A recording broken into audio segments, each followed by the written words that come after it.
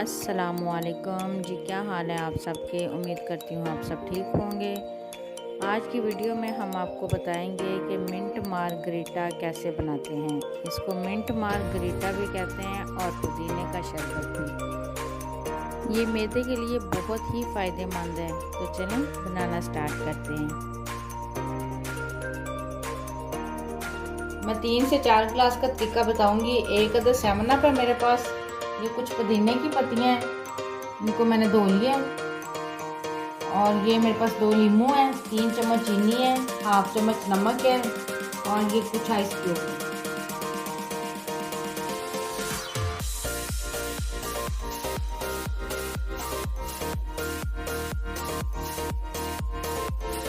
पुदीने की पत्तियां,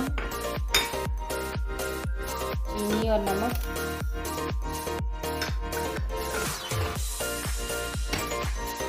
हम इसमें 2 नींबू का जूस डालेंगे।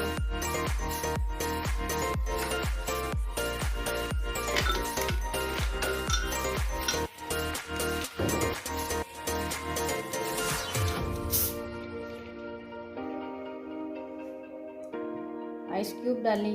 अब हम इसमें थोड़ी सी बोतल डालेंगे और इसको करेंगे मिक्स।